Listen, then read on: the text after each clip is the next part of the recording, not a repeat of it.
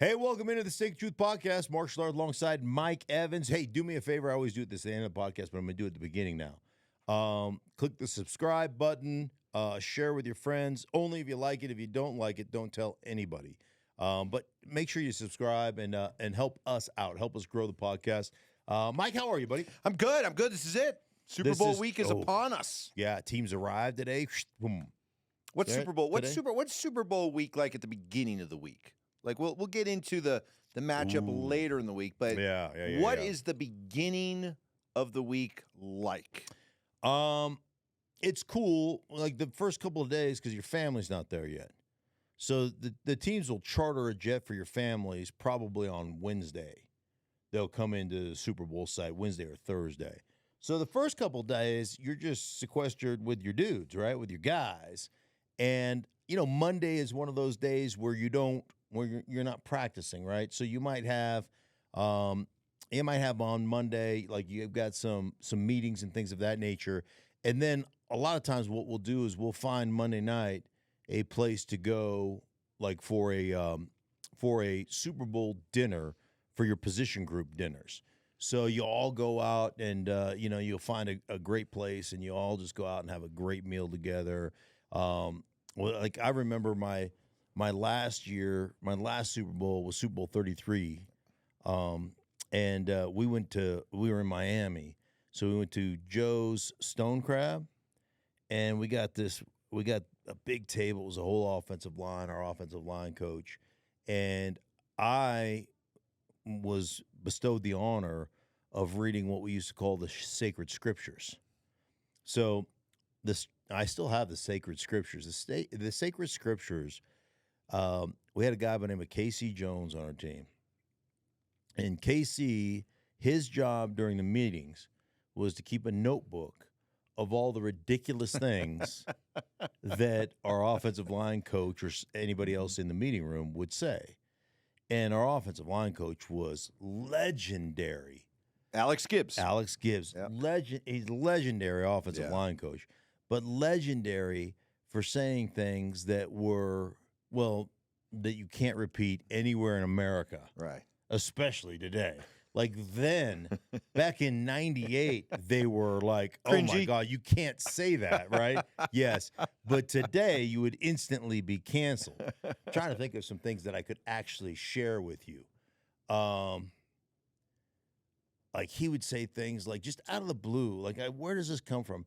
Like one of the references he used to say all the time was, that guy's luckier than a two-dick dog.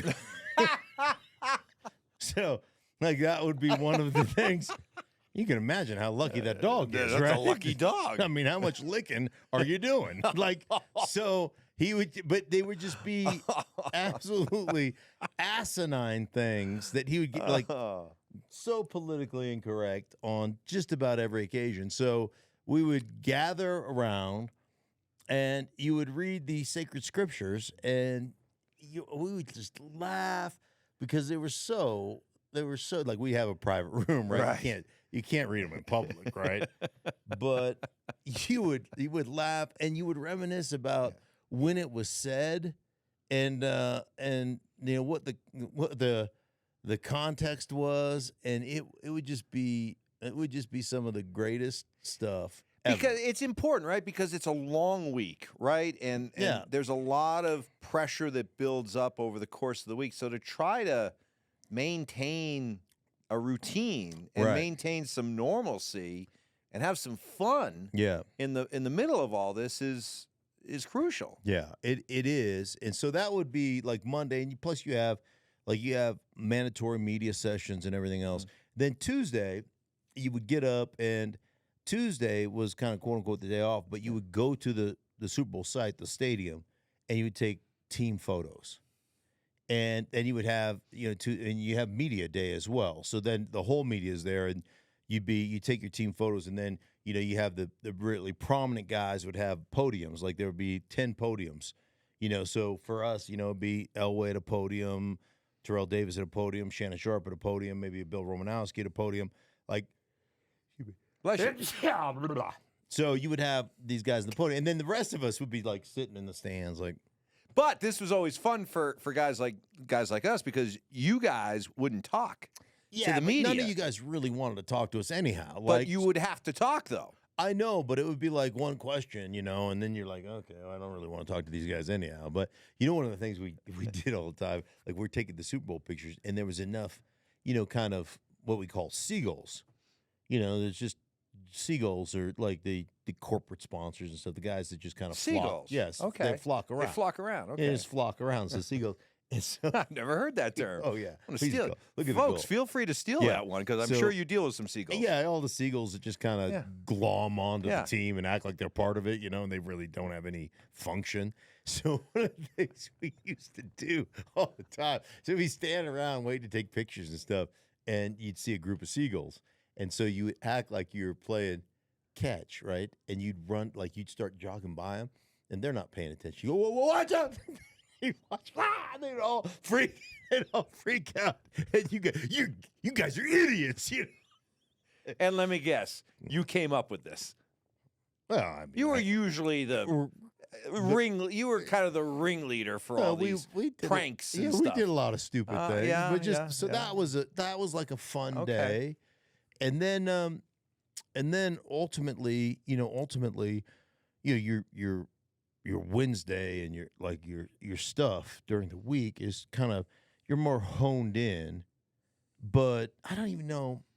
Now you guys put the game plan in, so before you even so the work's done before you come out, right? Two trains of thought. My time with Mike Shanahan in Denver, we put the game plan in the week before and practiced it, right? And so then when we got to the Super Bowl side, then it was just about like really dialing in and cutting out a bunch of reps and trying to get through practice as fast as we could.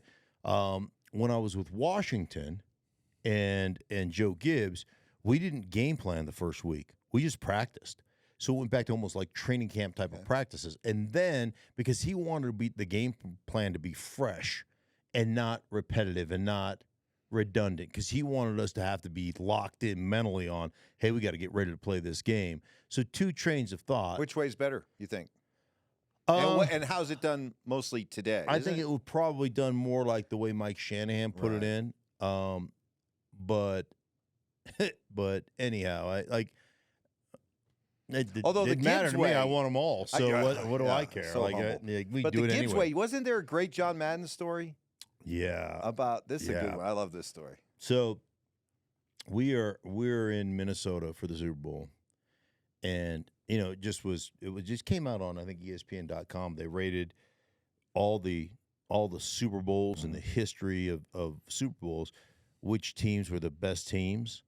And so yours truly was on 3 teams that were 2 top 10 teams and 3 top 19 teams, and the number 1 team rated overall was the 91 Redskins.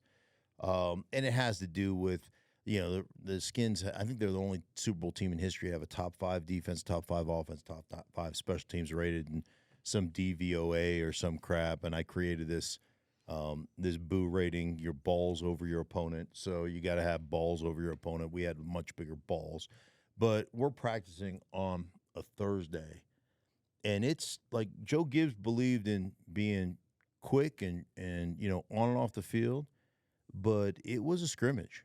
We were in full pads, and we were beating the living piss out of one another. And John Madden was at practice with Pat Summerall, and they're standing around, and Joe, like, we're killing each other. Like, this is a full tilt scrimmage. Thursday before the Super Bowl. Oh yeah, we are just hunting. I mean, it is. You run a counter, man. It's full go. You're attacking in the line of scrimmage. That guy's trying to wrong shoulder you. I mean, it's full go. It's full contact, and we're literally beating the piss out of one another.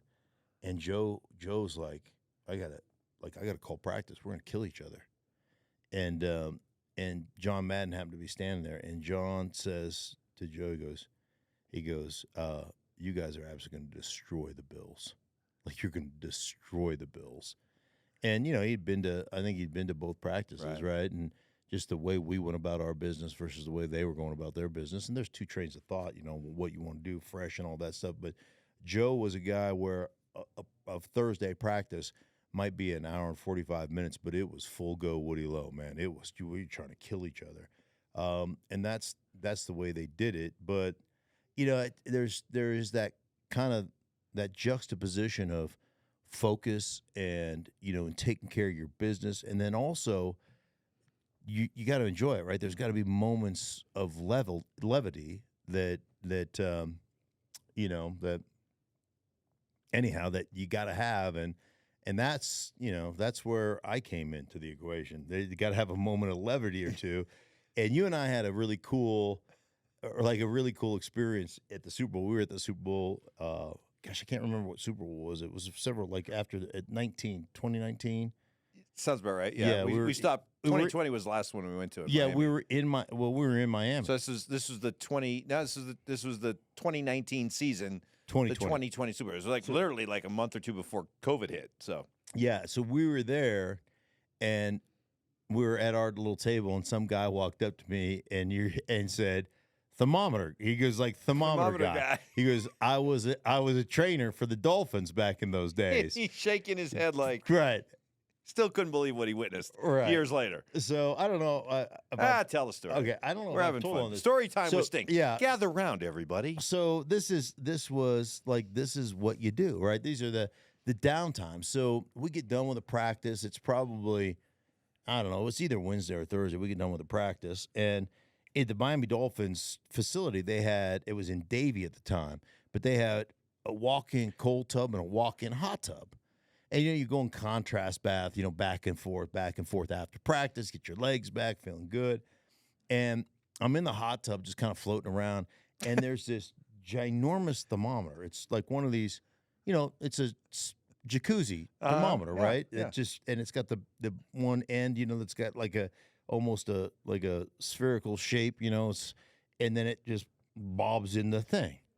And so I'm sitting in the hot tub, and I tell an assistant trainer for the Dolphins, I go get Greek. He's our trainer, the head trainer. Steve Antonopoulos. Was great guy. Legendary trainer. I said, go get Greeks. There's something wrong. So I stand up on the second step. So I'm only in the water is only to my ankles, right? And I'm butt naked, and I'm leaning up against the pole that you walk yourself down into the jacuzzi with. And Greek comes running in there, and everybody, all the Miami Dolphins trainers are in there. Greek is in there. Jim Keller's in there. All the the assistant Broncos trainers. They're like, "What's up? What's up?" And I'm leaning down, and I'm just like, "Something's wrong with me, man. Something's wrong with me." I go, "What is it? What is it?" And I go, "I don't know. I feel dizzy. I'm sick. I don't know what's going on here." And they go, "Just calm down. I go, I'm all right. I go, "Just do me a favor." I go, "Just check my temperature." And I turned around, and I had that 12-inch thermometer shoved up my ass, and I had it pinched between my ass cheeks. The whole room, the Greek was just like, "You are a piece of garbage," And I fall back in the hot tub. I'm laughing. I think it's the funniest thing in the world. All the Miami guys, they're like, "This team's built different." We don't have anybody on our team like this. So anyhow, it was for me, it was it's the funniest thing ever, right? I thought it was hilarious. And that guy came up, and he's just like, thermometer guy. He don't mean by name. He just went thermometer guy. That's it. Yeah. So those, but have fun. Those times of levity, those are fun. It's great to be, it's great to be part of a team. And then I always used to tell my wife and kids, God bless them, and I love them, my parents and my in-laws and everybody who came to the Super Bowls. I was like, "Hey, listen, Wednesday night, I'm yours. We'll have dinner. Thursday night, I'm yours. We'll have dinner. After Thursday night, you're not going to see me again. Mm-hmm. Friday, Saturday, Sunday, those are my days to prepare. And I might go, hey, let's on a Saturday we'll get downtown. I'll give you a couple hours on Saturday or whatever. But for the most part, I was just like, I am not here. This is not a vacation for me. Mm-hmm. Hey, you guys treat it as a vacation. Good for you. You can have it. That's great. But this is not a vacation for me. This is I'm not coming here to lose a game. I am coming here to win. And I'm not going to do anything to jeopardize that for my team. And so that was always a big part of preparation. I'll tell you the other thing, preparation-wise with Super Bowl is Saturday. And Saturday, well, not Saturday, it's Sunday. before the game because you wait around all day long to play the game. And one of the things I used to do was I always would sit down. I'd spend like on Saturday, I'd spend 6-7 hours going through the game plan, and I would write down because I'm more visual. I would write down everything that I wanted to do on any particular play against any defense. So, for instance, if we're running a 19 handoff force, whatever the case may be, I would draw that picture, right? I would have the pictures. I would draw what my responsibility was, but then I would write down on every one of those, like, I want my first step to be here. I want my second step to be here. I want my hands on my second step is, my foot over my ankle, over my knee in a linear progression. Once I hit that second step, I want my hands to be firing and hitting at the same time because that's where power comes from. When you want to take people off the ball, it's can you get your second step down in a fashion that I'm creating an upward force and energy. So my feet would sound like da-da! Right? And on that second one, that's where I'm making contact. And then, to be an effective offensive lineman, it's really about creating leverage. You don't just come off the ball lower than the next guy. You've got to create the leverage. So you've got to work from a low to high plane. How do you do that? Well, it's about hand striking. So you don't strike out, you strike up. And so you've got to close that contact, and then you've got to be able to strike a guy up and take him through the ceiling or take him through the roof of the stadium. So all these things I would go through every single play. Well, you have to think about, hey, listen, man, I've got, let's say we've got 10 run plays in the game plan that we're going to try to execute. But you're executing those 10 run plays versus 10 different defenses, right? So now, if you do the math, I'm not good at math, but that's 100 different plays. And I'm writing down every single step where I want my hat, where I want my head to hit, where I want my hands to hit, and I go through, and it take me 6-7 hours to do that, or 6 hours to do that on a Saturday.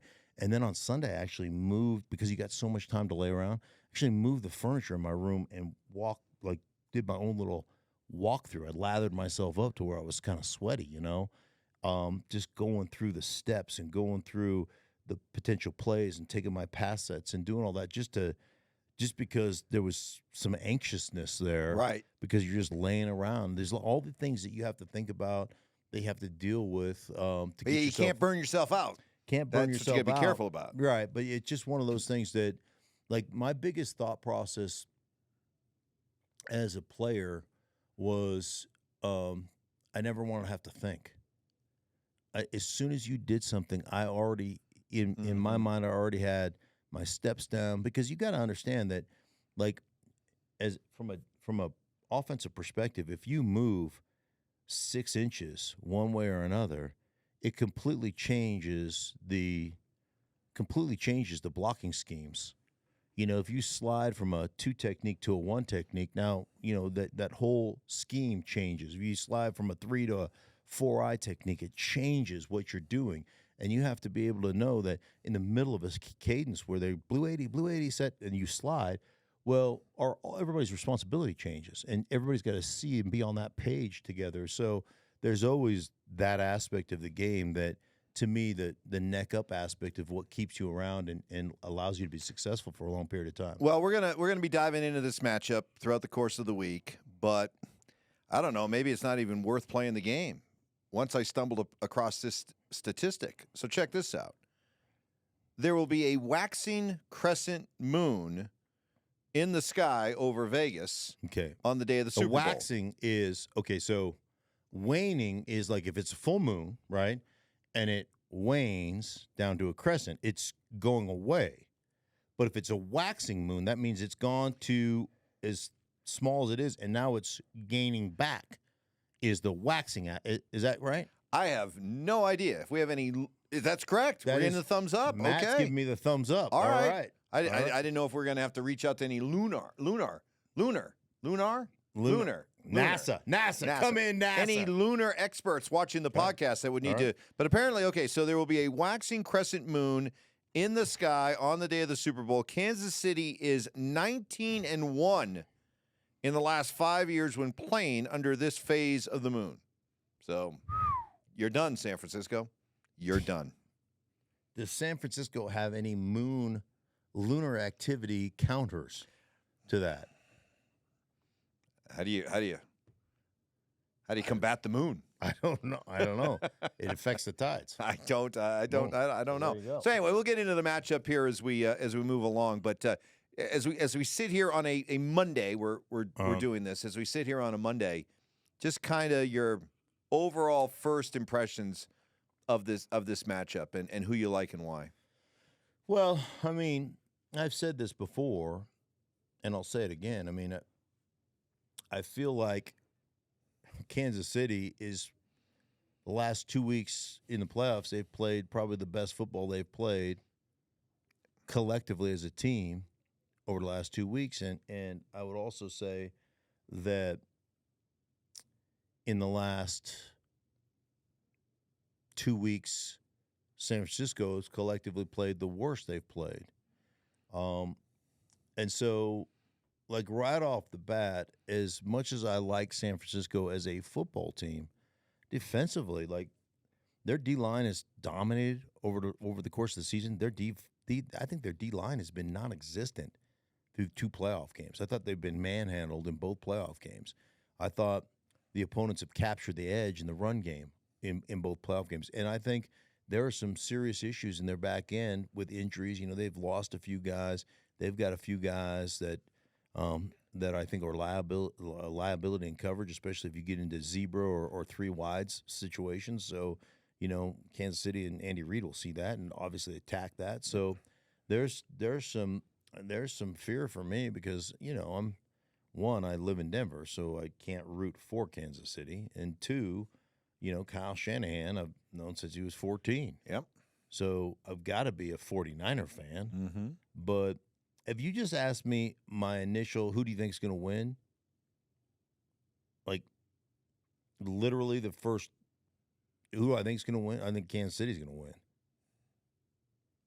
I will give you, as we move on through the week, I'll give you a million different reasons why San Francisco will win this game. But ultimately, there's going to have to be a lot of things that align for San Francisco. And they've been the best team. Like, they've been the best team all season long, but they have not played great football. I will say this, though. Brock Purdy, a guy that, you know, people have talked about as being a system quarterback and all that kind of stuff, the last 2 weeks, he has loaded that team on his shoulders through not only through the air, but with his ability to scramble and willed them to two wins in the playoffs. Do I think he can do that again against Kansas City? Like, if you're San Francisco, you don't want to find out. Mm-hmm. Like, you want your stuff to work. Yeah. So, anyway. Yeah. Well, even though it's Super Bowl week, the business of the NFL marches on. There's still news and stuff happening. And interesting, Cliff Kingsbury looked like he was ticketed for Vegas for their offensive coordinator position. Last minute, things change. He pulls out of that deal, ends up going to Washington. He's now the OC of the Commanders. Right. He was with Southern Cal last year, USC, immediately starting to create speculation that this is a package deal with Cliff Kingsbury and Caleb Williams. Caleb from USC. Cliff Kingsbury was working at USC. Caleb Williams is from the D.C. area. Is this one of those things where Caleb Williams is going to tell Chicago, don't draft me? Right. He's going to pull an Eli Manning or a John Elway. Yeah. Don't draft me. I want to play for Washington. Yeah, I was going to say there's precedent to this, yeah, right? there is. Well, does he have anywhere else to go? He's already declared for the draft. No, he's got nowhere else to go. He's got nowhere else to go. But Eli didn't have anywhere else to go either, right? Right. You don't want a malcontent. I mean, I guess you can. Right. You could still draft them. You could force them, but ultimately, do you want to do that? I think you have to ask yourself a couple questions in Chicago's place. One is, how committed are you to Justin Fields? And I would tell you, having done several Chicago games, no inside information here, just my being around that team. What my gut says is that team's moving on and drafting a quarterback, and Caleb is their guy.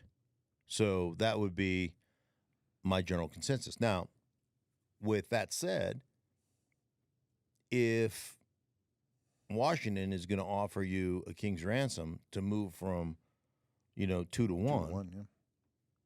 Like, you think about the number of draft picks and the number of cap space you're going to be able to create. And if your evaluation says, for instance, Drake May is, in our estimation, every bit the drop back guy that Caleb Williams is, then sure, we'll make that trade.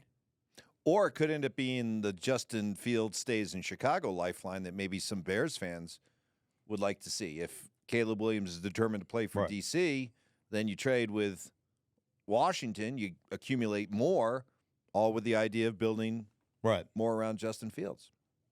I think there's a couple of factors for Justin Fields that I think you have to think about as an organization. One, I think you have to think, all right, is his style of football sustainable? Has he gotten better throwing the ball? Absolutely. His maturity, like just talking to him this season, I've really kind of grown into a Justin Fields fan. That said, do I think that guy is ready to operate in a drop back system? No. What makes him good?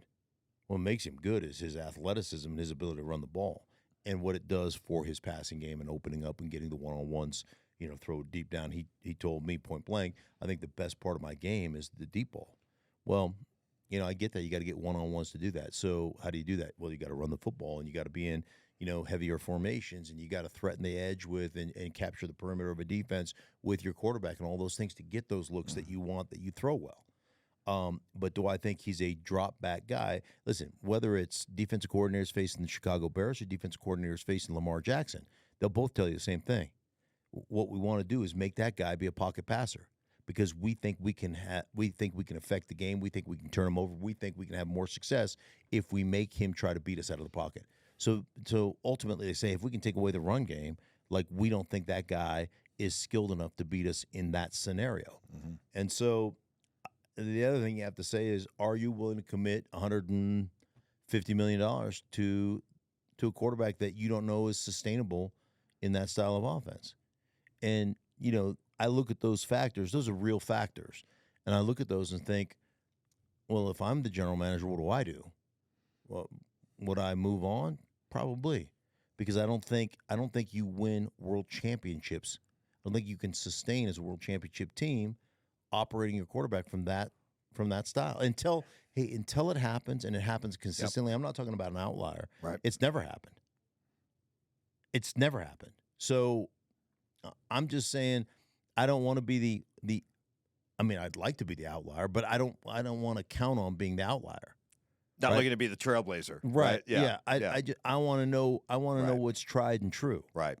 Well, if you listen to Jim Harbaugh, we shouldn't be talking about Caleb Williams or Drake May or Jaden Daniels or any of these quarterbacks when it comes to drafting, because the best one, according to Jim Harbaugh, is J.J. McCarthy. Right. He went on with Colin Cowherd and said, in my opinion, when it's all said and done and all the teams who are looking at quarterbacks have a chance to meet with and get a chance to really dive into J.J. McCarthy, that he'll be the first quarterback that comes off the board. Mm-hmm. So is this just simply a case of Jim Harbaugh just looking out for and pumping up the guy that was such an integral part of him winning at Michigan?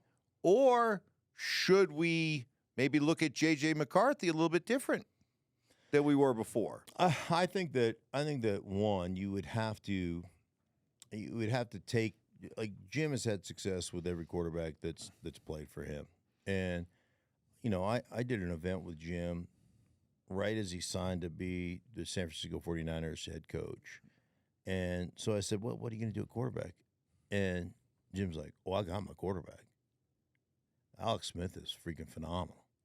And, I'm like rolling my eyes because at that time they were ready to kick him to the curb. Yeah. And he goes, the only thing that Alex Smith hasn't had is somebody who believes in him. I believe in him. I broke down the film. This guy can be great. He could be great. And, I kind of roll my eyes and go, okay, what, that's coach speak, whatever. But sure enough, man, he got a hold of Alex Smith, and Alex Smith, the trajectory of his career changed. And so I would say that, like, if I was, a scout or a general manager or whatever, it would definitely pique my interest and it would require me to go back and reevaluate and relook at everything that I looked at. One of the things he said, I can't remember the exact phraseology, was about his repeating repetitive. You wrote it down in your handy dandy notebook. No, I didn't bring my handy dandy notebook with me. We'll do that on the next podcast. But it was about his almost Brady-like obsession with repeating the mundane. Repetition. Yeah, something with repetition. Well, it was about his ability to do the boring stuff over and over and over again with this enthusiastic repetition, whatever it was, whatever the words were. But you get the point. It's like when I was talking to Bruce Arians and Byron Leftwich about Tom Brady, and they both said the same thing about Tom Brady. His unrelenting ability to never deviate from where the play is supposed to go. So if the first read in the progression is a 5-yard flat and it's open, both of them said Brady will throw it 100 of 100 times, and he will never deviate from that. Where a lot of quarterbacks will turn it down and say, well, let me see what if it's a curl-flat combo, say, let me look what the curl's doing. And all of a sudden the curl's covered, so you try to get back to the flat, and guess what? By the time you get back to the flat, the guy's out of bounds, or you can't complete it anymore.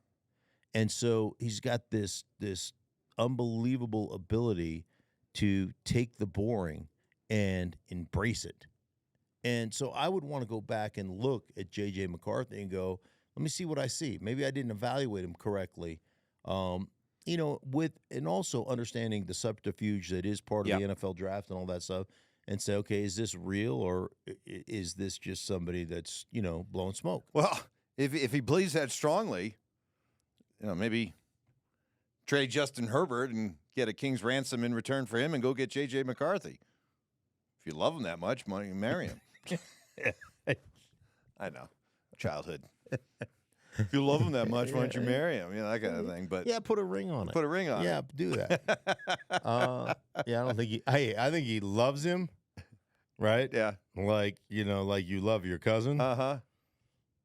But you don't marry your cousin unless you're in certain parts of the country. Okay, you might want to stop right there.